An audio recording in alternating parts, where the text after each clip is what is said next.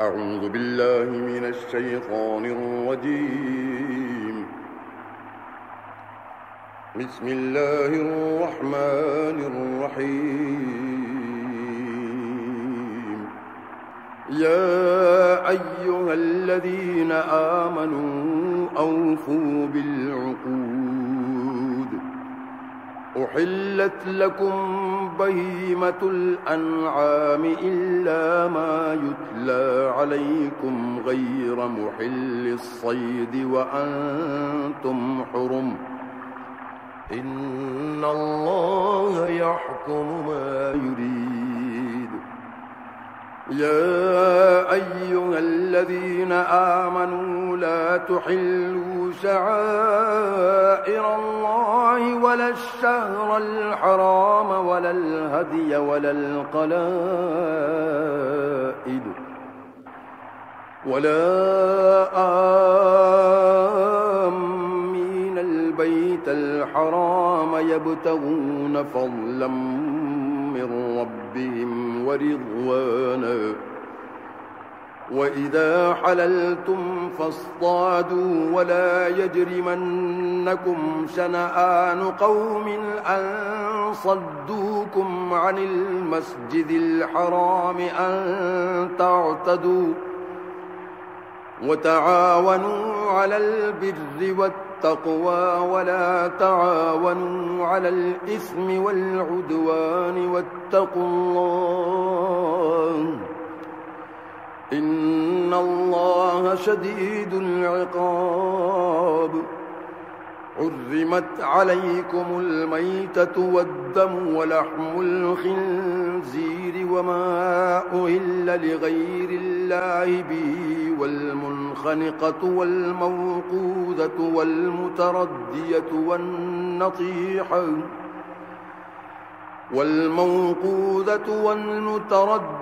والنطيحة وما أكل السبع إلا ما ذكيتم وما ذبح على النصب وأن تستقسموا بالأزلام ذلكم فسق. اليوم يئس الذين كفروا من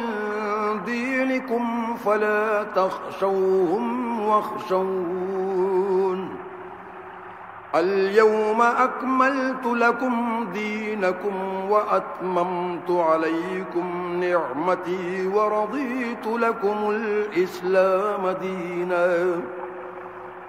فمن اضطر في مخمصة غير متجانف لإثم فإن الله غفور رحيم. يسألونك ماذا أحل لهم قل أحل لكم الطيبات وما علمتم من الجوارح مكلبين تعلمونهن مما علمكم الله فكلوا مما أمسكن عليكم واذكروا اسم الله عليه واتقوا الله إن الله سريع الحساب. اليوم أحل لكم الطيبات وطعام الذين أوتوا الكتاب حل لكم وطعامكم حل لهم والمحصنات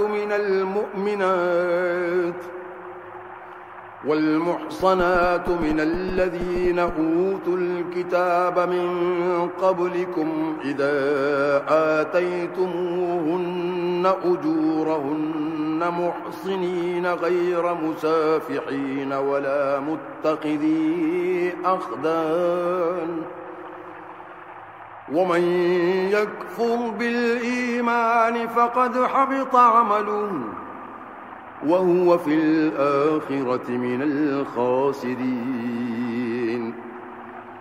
يا أيها الذين آمنوا إذا قمتم إلى الصلاة فاغسلوا وجوهكم وأيديكم إلى المرافق وامسحوا برؤوسكم وأرجلكم إلى الكعبين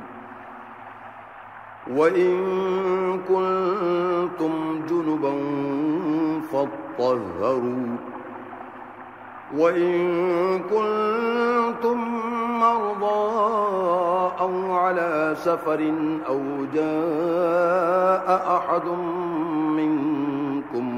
من الغائط أو لامستم النساء فلم تجدوا ماء فتيمموا صعيدا طيبا فامسحوا بوجوهكم وأيديكم منه ما يريد الله ليجعل عليكم من حرج ولكن يريد ليطهركم وليتم نعمته عليكم لعلكم تشكرون واذكروا نعمة الله عليكم وميثاقه الذي واثقكم به إذ قلتم سمعنا وأطعنا واتقوا الله إن الله عليم بذات الصدور يا أيها الذين آمنوا كونوا قوامين لله شهداء بالقسط ولا يجرمنكم شنآن قوم على ألا تعدلوا اعدلوا هو أقرب للتقوى واتقوا الله إن الله خبير بما تعملون وعد الله الذين آمنوا وعملوا الصالحات لهم مغفرة وأجر عظيم والذين كفروا وكذبوا بآياتنا أولئك أصحاب الجحيم يا أيها الذين آمنوا اذكروا نعمة الله عليكم إذ هم قوم أن يبسطوا إليكم أيديهم فكف أيديهم عنكم واتقوا الله وعلى الله فليتوكل المؤمنون ولقد أخذ الله ميثاق بني إسرائيل وبعثنا منهم 12 نقيبا وقال الله إني معكم لئن أقمتم الصلاة وآتيتم الزكاة وآمنتم برسلي وعزرتموهم وأقرضتم الله قرضا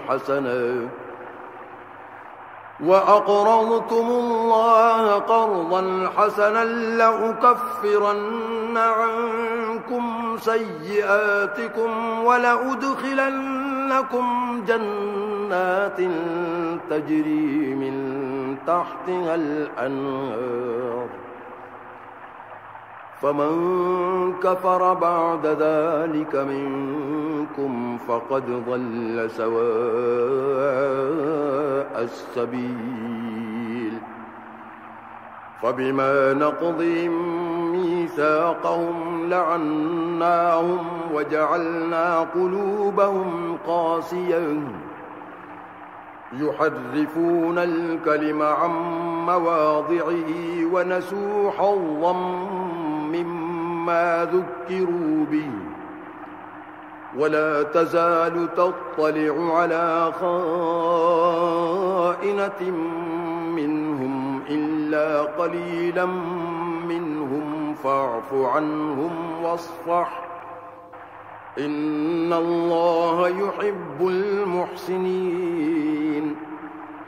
ومن الذين قالوا إنا نصارى أخذنا ميثاقهم فنسوا حظا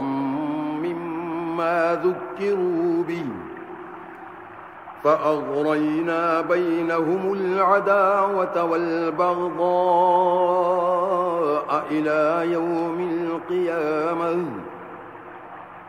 وسوف ينبئهم الله بما كانوا يصنعون يا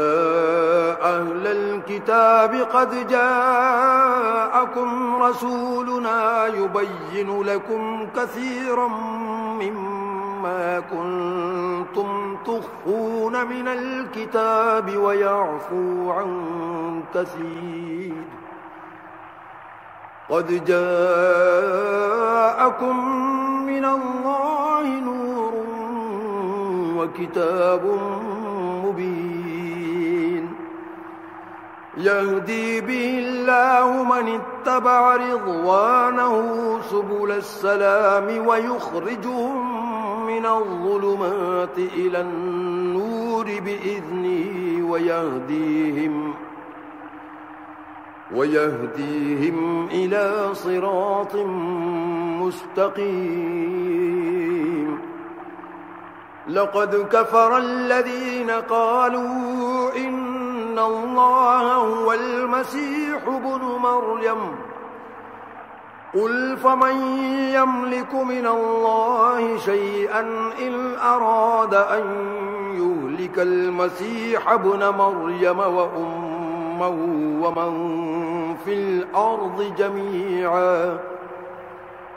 ولله ملك السماوات والأرض وما بينهما يخلق ما يشاء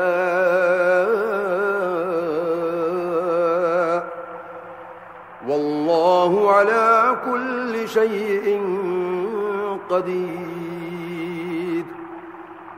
وقالت اليهود والنصارى نحن أبناء الله وأحباؤه قل فلم يعذبكم بذنوبكم بل أنتم بشر ممن خلق يغفر لمن يشاء ويعذب من يشاء ولله ملك السماوات والأرض وما بينهما وإليه المصير يا أهل الكتاب قد جاءكم رسولنا يبين لكم على فترة من الرسل أن تقولوا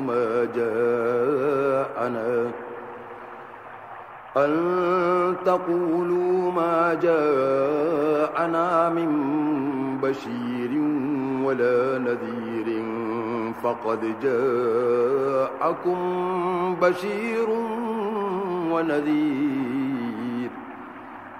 والله على كل شيء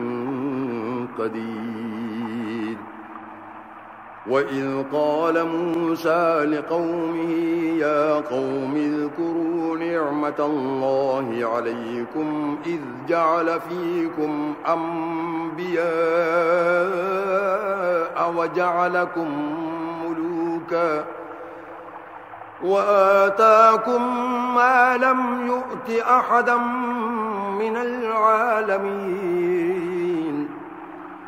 يا قوم ادخلوا الأرض المقدسة التي كتب الله لكم ولا ترتدوا على أدباركم فتنقلبوا خاسرين قالوا يا موسى إن فيها قوما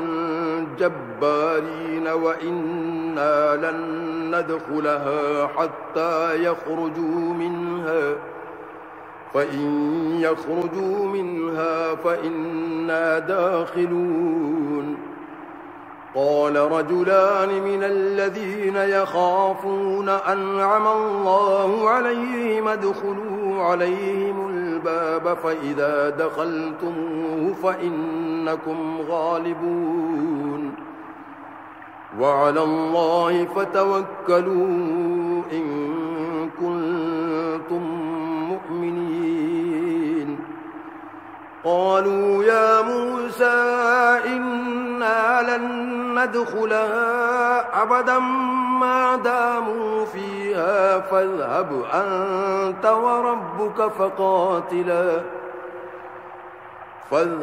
أنت وربك فقاتلا إنا هاهنا قاعدون قال رب إني لا أملك إلا نفسي وأخي فافرق بيننا وبين القوم الفاسقين قال فإنها محرمة عليهم 40 سنة يتيهون في الأرض فلا تأس على القوم الفاسقين واتل عليهم نبأ ابني آدم بالحق إذ قربا قربانا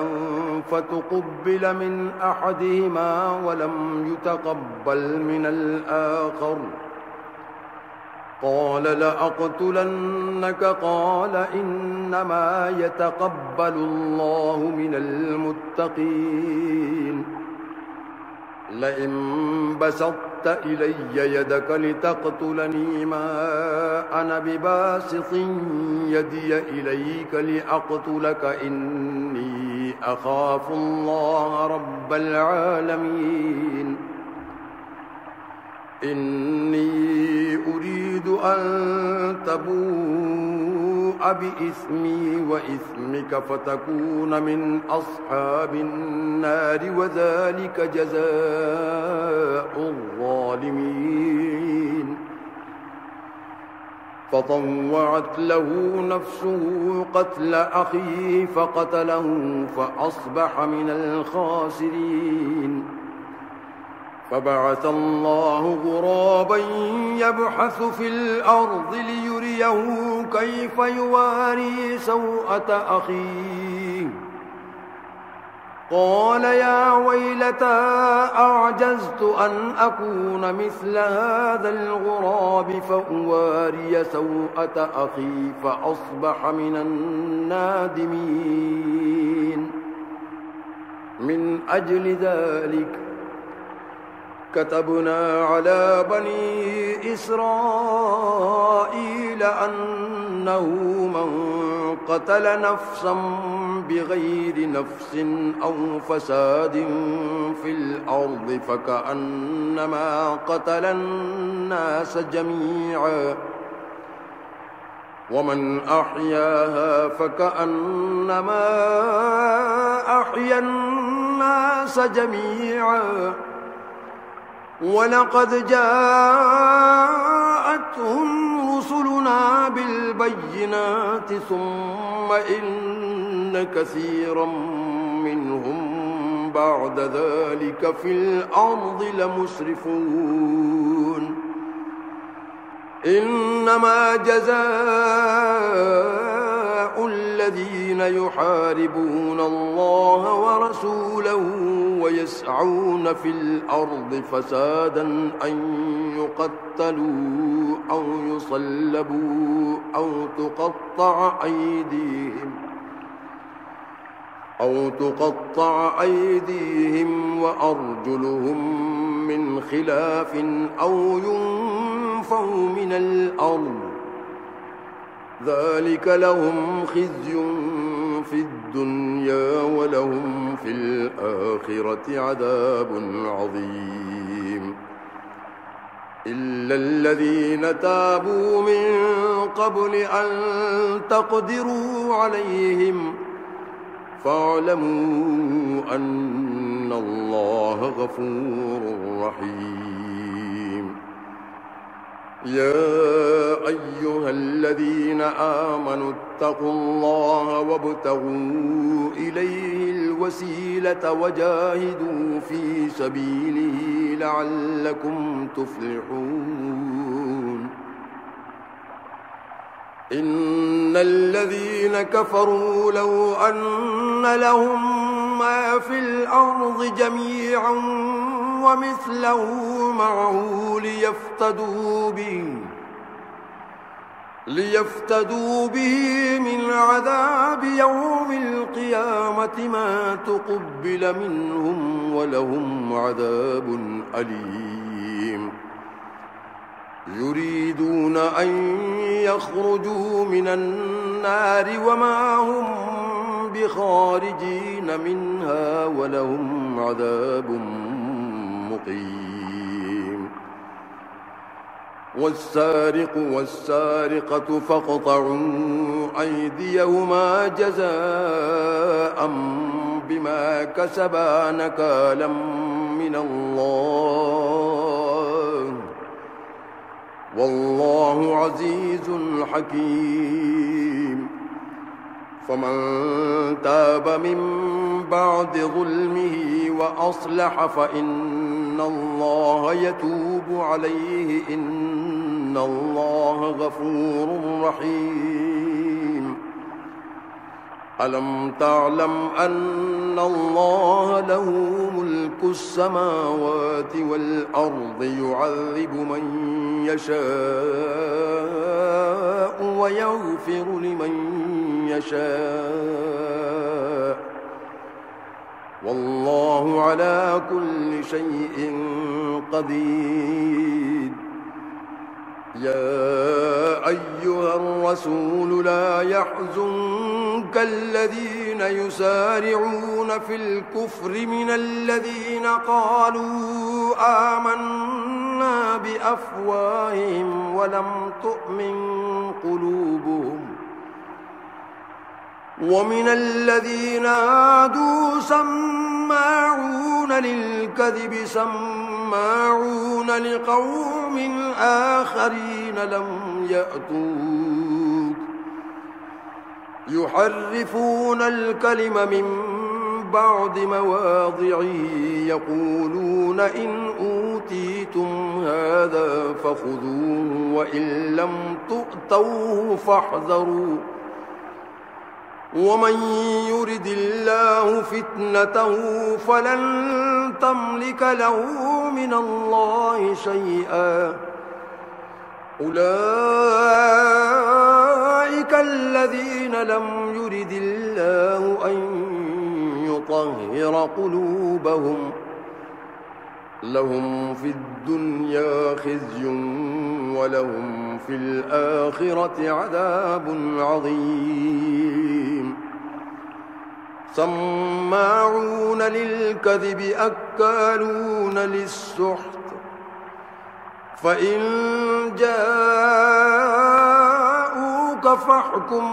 بينهم أو أعرض عنهم وإن تعرض عنهم فلن يضروك شيئا وإن حكمت فاحكم بينهم بالقسط إن الله يحب المقسطين. وكيف يحكمونك وعندهم التوراة فيها حكم الله ثم يتولون من بعد ذلك وما أولئك بالمؤمنين. إنا أنزلنا التوراة فيها هدى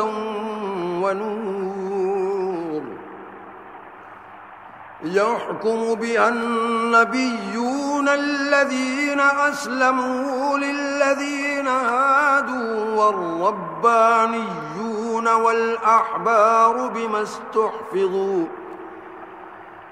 والربانيون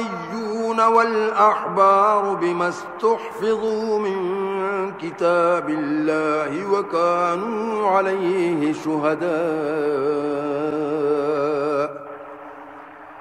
فلا تخشوا الناس واخشوني ولا تشتروا بآياتي ثمنا قليلا ومن لم يحكم بما أنزل الله فأولئك هم الكافرون وكتبنا عليهم فيها أن النفس بالنفس والعين بالعين والأنف بالأنف والأذن بالأذن والسن بالسن والجروح قصاص فمن تصدق به فهو كفارة له ومن لم يحكم بما أنزل الله فأولئك هم الظالمون وقفينا على آثارهم بعيسى ابن مريم مصدقا لما بين يديه من التوراة وآتيناه الإنجيل فيه هدى ونور ومصدقا لما بين يديه من التوراة وهدى وموعظة للمتقين وليحكم أهل الإنجيل بما أنزل الله فيه ومن لم يحكم بما أنزل الله فأولئك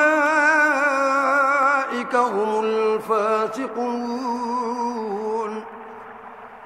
وأنزلنا إليك الكتاب بالحق مصدقا لما بين يديه من الكتاب ومهيمنا عليه فاحكم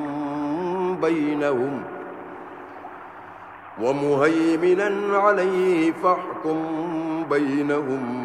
بما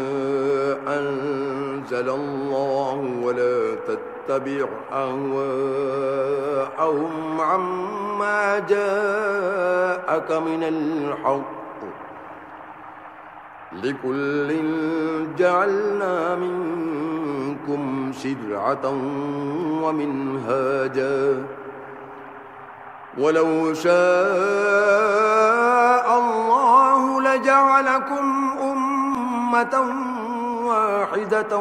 ولكن ليبلوكم فيما آتاكم فاستبقوا الخيرات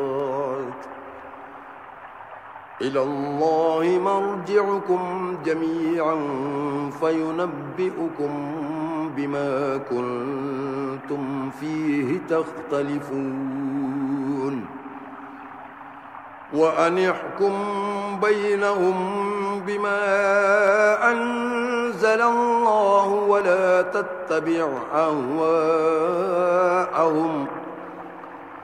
ولا تتبع أهواءهم واحذرهم أن يفتنوك عن بعض ما أنزل الله إليك فإن تولوا فاعلم أنما يريد الله أن يصيبهم ببعض ذنوبهم وإن كثيرا من الناس لفاسقون أفحكم الجاهلية يبغون ومن أحسن من الله حكما لقوم يوقنون يا أيها الذين الذين آمنوا لا تتخذوا اليهود والنصارى أولياء بعضهم أولياء بعض ومن يتولهم منكم فإنه منهم إن الله لا يهدي القوم الظالمين فترى الذين في قلوبهم مرض يسارعون فيهم يقولون نخشى أن تصيبنا دائرة فعسى الله أن يأتي بالفتح أو أمر من عنده فيصبحوا على ما أسروا في أنفسهم نادمين ويقول الذين آمنوا أهؤلاء الذين أقسموا بالله جهد أيمانهم إنهم لمعكم حبطت أعمالهم فأصبحوا خاسرين يا أيها الذين آمنوا من يرتد منكم عن دينه فسوف يأتي الله بقوم يحبهم ويحبونه أذلة على المؤمنين أعزة على الكافرين يجاهدون في سبيل الله ولا يخافون لومة لائم ذلك فضل الله يؤتيه من يشاء والله واسع عليم إنما وليكم الله ورسوله والذين آمنوا الذين يقيمون الصلاة ويؤتون الزكاة وهم راكعون ومن يتول الله ورسوله والذين آمنوا فإن حزب الله هم الغالبون يا أيها الذين آمنوا لا تتخذوا الذين اتخذوا دينكم هزوا ولعبا من الذين أوتوا الكتاب من قبلكم والكفار أولياء واتقوا الله إن كنتم مؤمنين وإذا ناديتم إلى الصلاة اتخذوها هزوا ولعبا ذلك بأنهم قوم لا يعقلون قل يا أهل الكتاب هل تنقمون منا إلا أن آمنا بالله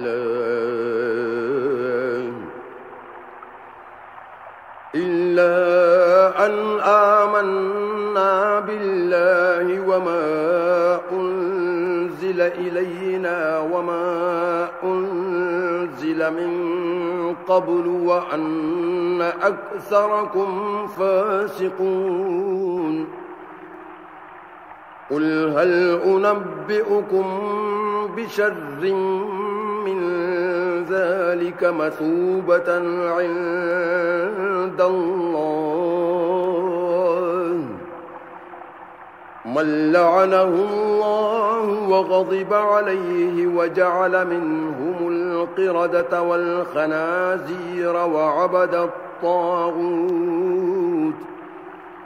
أولئك شر مكانا وأضل عن سواء السبيل وإذا جاءوكم قالوا آمنا وقد دخلوا بالكفر وهم قد خرجوا به والله أعلم بما كانوا يكتمون وترى كثيرا منهم يسارعون في الإثم والعدوان وأكلهم السحت لبئس ما كانوا يعملون لولا ينهاهم الربانيون والأحبار عن قولهم الإثم وأكلهم السحت لبئس ما كانوا يصنعون وقالت اليهود يد الله مغلولة غلت أيديهم ولعنوا بما قالوا بل يداه مبسوطتان ينفق كيف يشاء وليزيدن كثيرا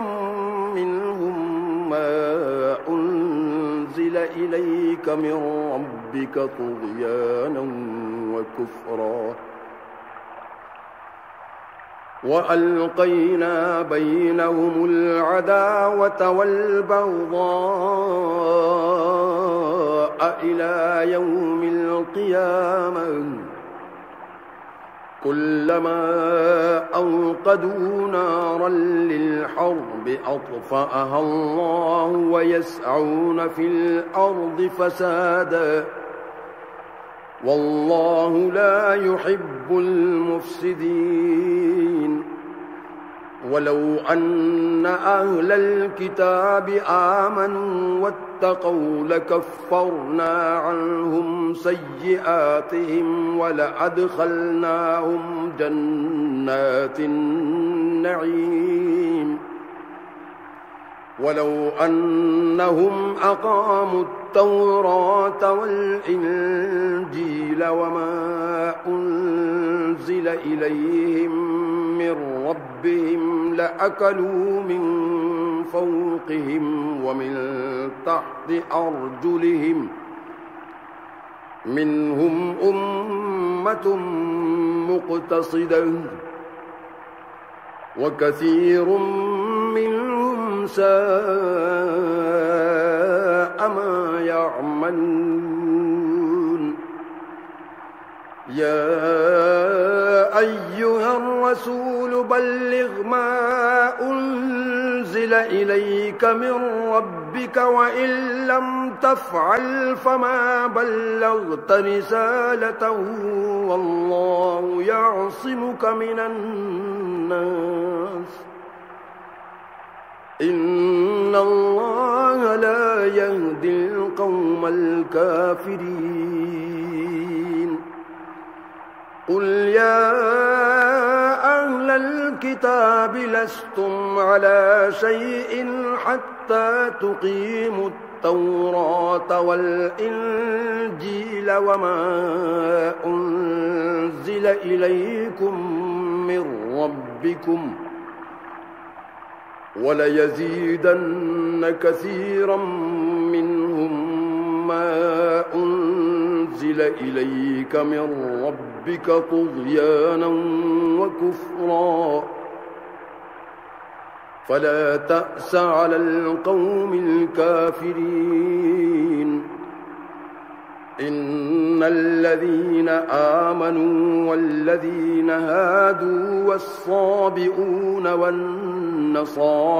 من آمن بالله واليوم الآخر وعمل صالحا فلا خوف عليهم ولا هم يحزنون لقد أخذنا ميثاق بني إسرائيل وأرسلنا إليهم رسلا كلما جاءهم رسول بما لا تهوى أنفسهم فريقا كذبوا وفريقا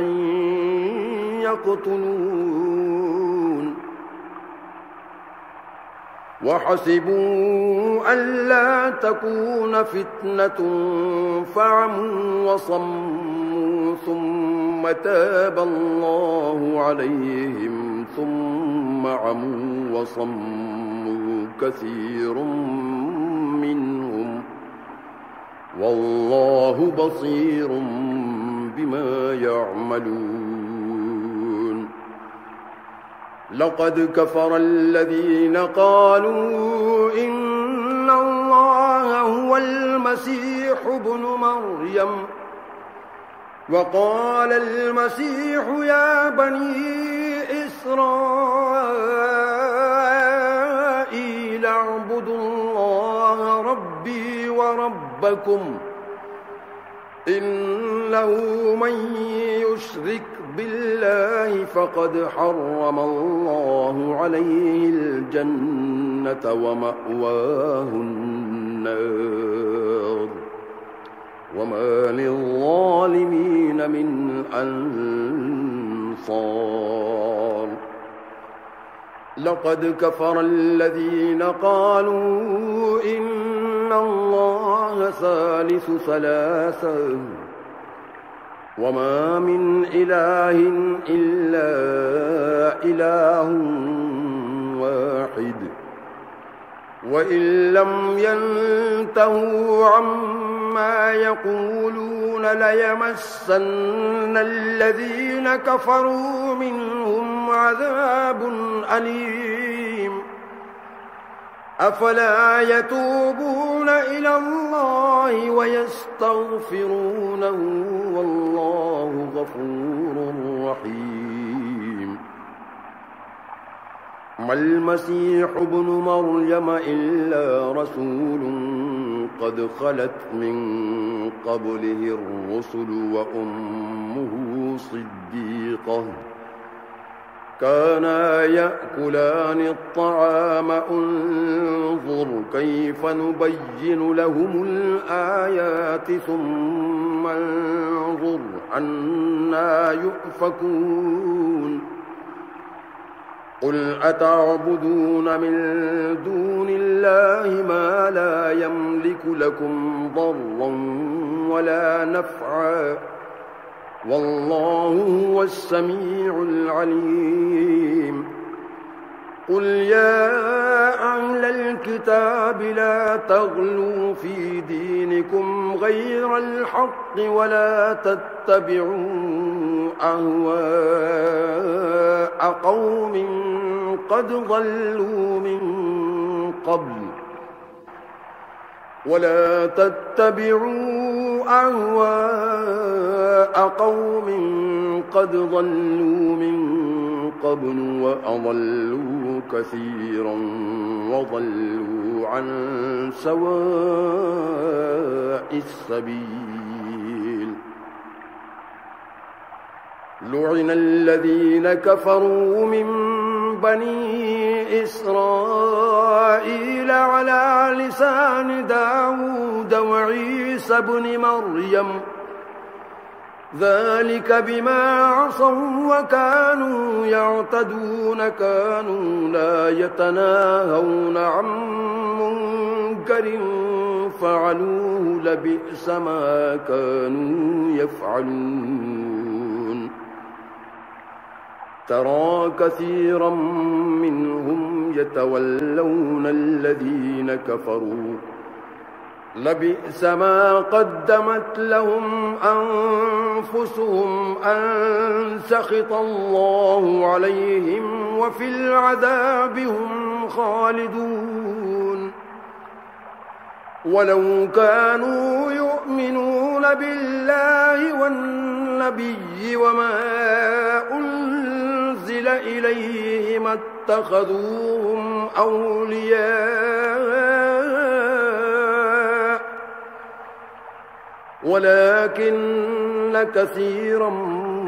منهم فاسقون لتجدن أشد الناس عداوة للذين آمنوا اليهود والذين أشركوا ولتجدن أقربهم مودة للذين آمنوا الذين قالوا إنا نصارى ذلك بأن منهم قسيسين ورهبانا وأنهم لا يستكبرون وإذا سمعوا ما أنزل إلى الرسول ترى أعينهم تفيض من الدمع مما عرفوا من الحق يقولون ربنا آمنا فاكتبنا مع الشاهدين وما لنا لا نؤمن بالله وما جاءنا من الحق ونطمع أن يدخلنا ربنا مع القوم الصالحين فأثابهم الله بما قالوا جنات تجري من تحتها الأنهار خالدين فيها وذلك جزاء المحسنين والذين كفروا وكذبوا بآياتنا أولئك أصحاب الجحيم يا أيها الذين آمنوا لا تحرموا طيبات ما أحل الله لكم ولا تعتدوا إن الله لا يحب المعتدين وكلوا مما رزقكم الله حلالا طيبا واتقوا الله الذي أنتم به مؤمنون لا يؤاخذكم الله باللغو في أيمانكم ولكن يؤاخذكم بما عقدتم الأيمان فكفارته إطعام 10 مساكين من أوسط ما تطعمون أهليكم أو كسوتهم أو تحرير رقبة فمن لم يجد فصيام 3 أيام ذلك كفارة أيمانكم إذا حلفتم واحفظوا أيمانكم كذلك يبين الله لكم آياته لعلكم تشكرون يا أيها الذين آمنوا إنما الخمر والميسر والأنصاب والأزلام رجس من عمل الشيطان فاجتنبوه لعلكم تفلحون إنما يريد الشيطان أن يوقع بينكم العداوة والبغضاء في الخمر والميسر ويصدكم عن ذكر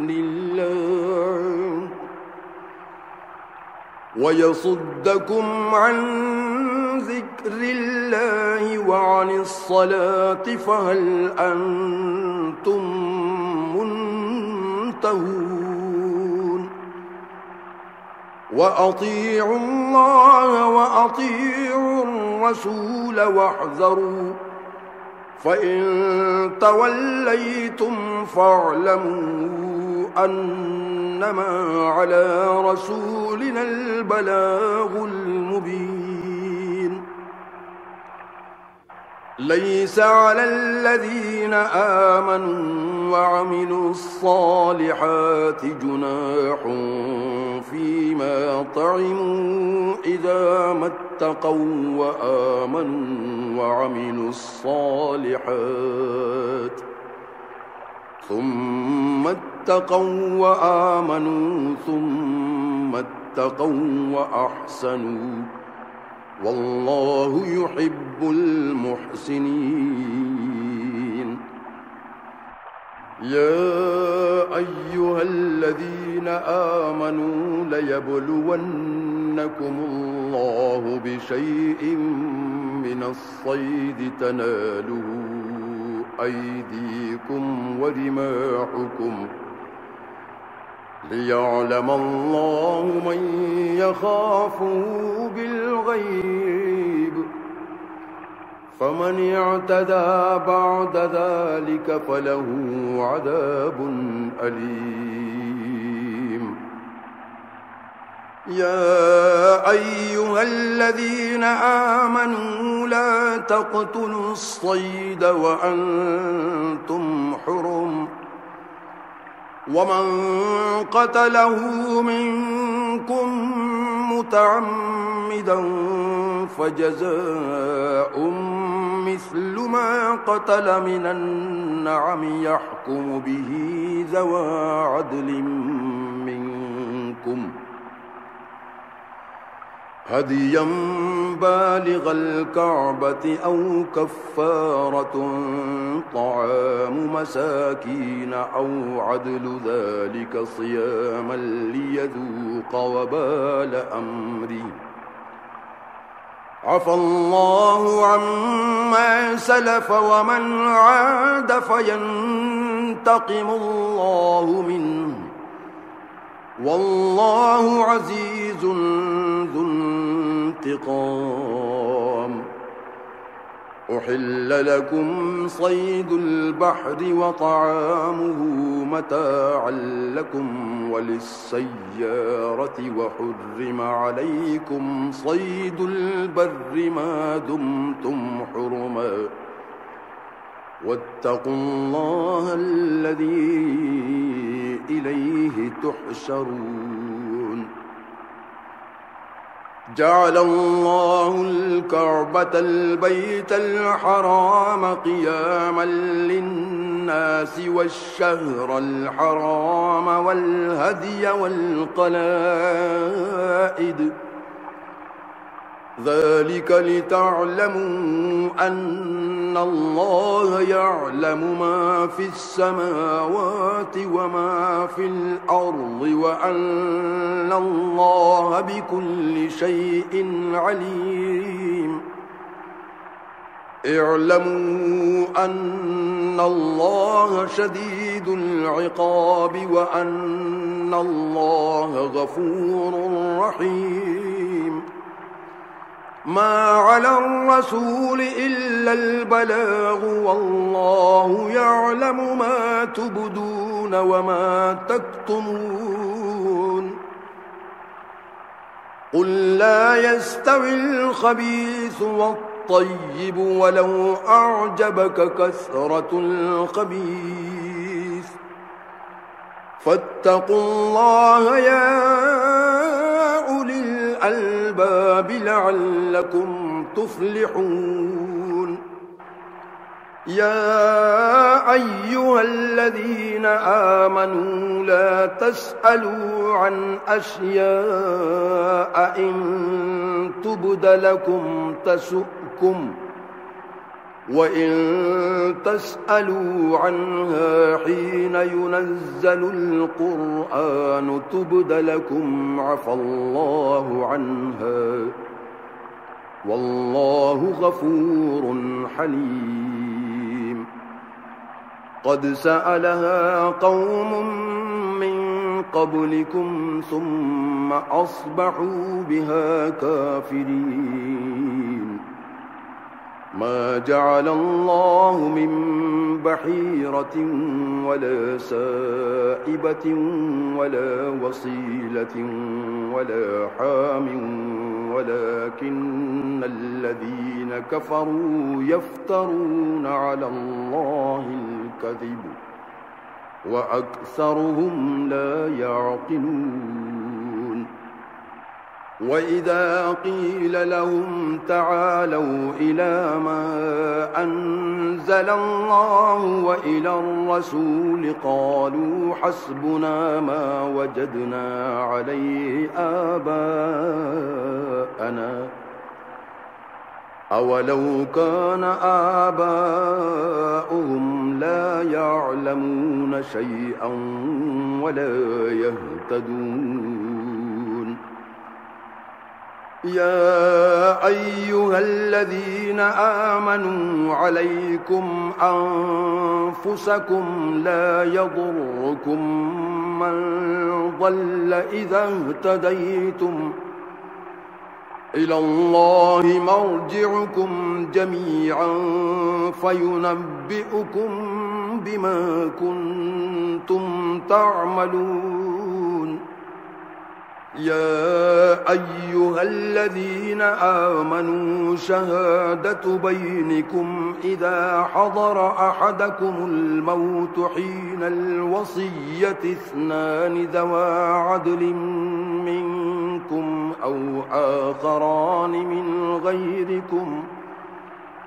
أو آخران من غيركم إن أنتم ضربتم في الأرض فأصابتكم مصيبة الموت تحبسونهما من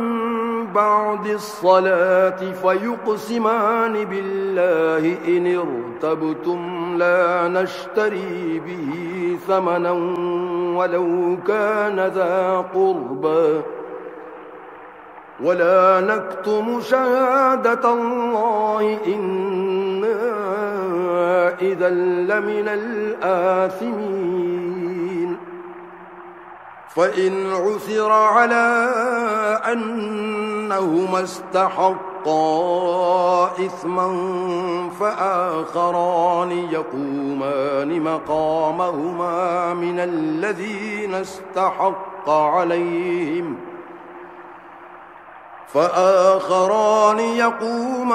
مقامهما من الذين استحق عليهم الأوليان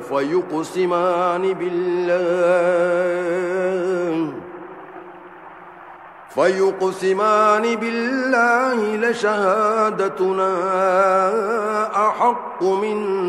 شهادتهما وما اعتدينا إنا إذا لمن الظالمين ذلك أدنى أن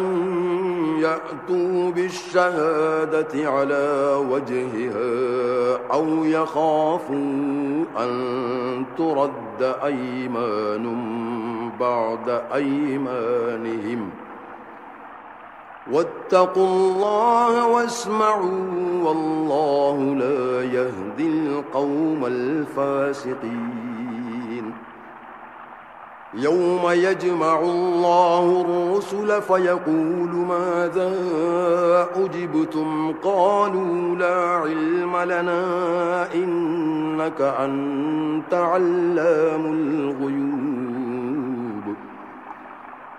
إذ قال الله يا عيسى ابن مريم اذكر نعمتي عليك وعلى والدتك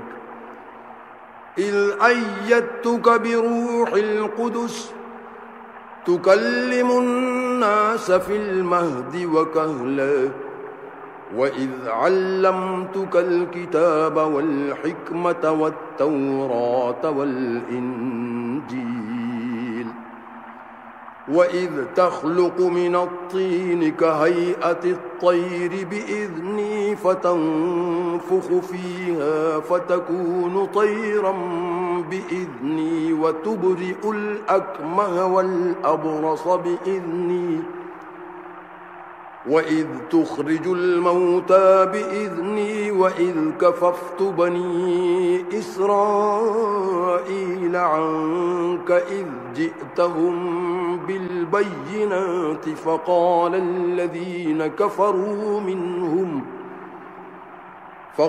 الذين كفروا منهم إن هذا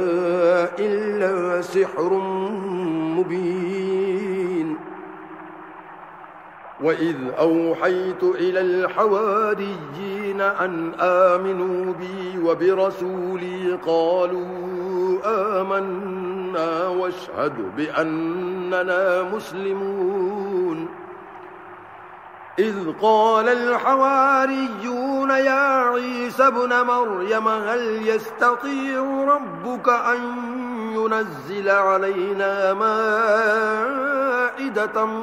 من السماء قال اتقوا الله إن كنتم مؤمنين قالوا نريد أن نأكل منها وتطمئن قلوبنا ونعلم أن قد صدقتنا ونكون عليها من الشاهدين قال عيسى ابن مريم اللهم ربنا أنزل علينا مائدة من السماء تكون لنا عيدا لأولنا ربنا أنزل علينا مائدة من السماء تكون لنا عيدا لأولنا وآخرنا وآية منك وارزقنا وأنت خير الرازقين قال الله إني منزلها عليكم فمن يكفر بعد منكم فإني أعذبه عذابا لا أعذبه أحدا من العالمين وإذ قال الله يا عيسى ابن مريم أأنت قلت للناس اتخذوني وأمي إلهين من دون الله قال سبحانك ما يكون لي أن أقول ما ليس لي بحق إن كنت قلته فقد علمته تعلم ما في نفسي ولا أعلم ما في نفسك إنك أنت علام الغيوب ما قلت لهم إلا ما أمرتني به أن اعبدوا الله ربي وربكم وكنت عليهم شهيدا ما دمت فيهم فلما توفيتني كنت أنت الرقيب عليهم وأنت على كل شيء شهيد إن تعذبهم فإنهم عبادك وإن تغفر لهم فإنك أنت العزيز الحكيم قال الله هذا يوم ينفع الصادقين صدقهم لهم جنات تجري من تحتها الأنهار خالدين فيها أبدا رضي الله عنهم ورضوا عنه ذلك الفوز العظيم لله ملك السماوات والأرض وما فيهن وهو على كل شيء قدير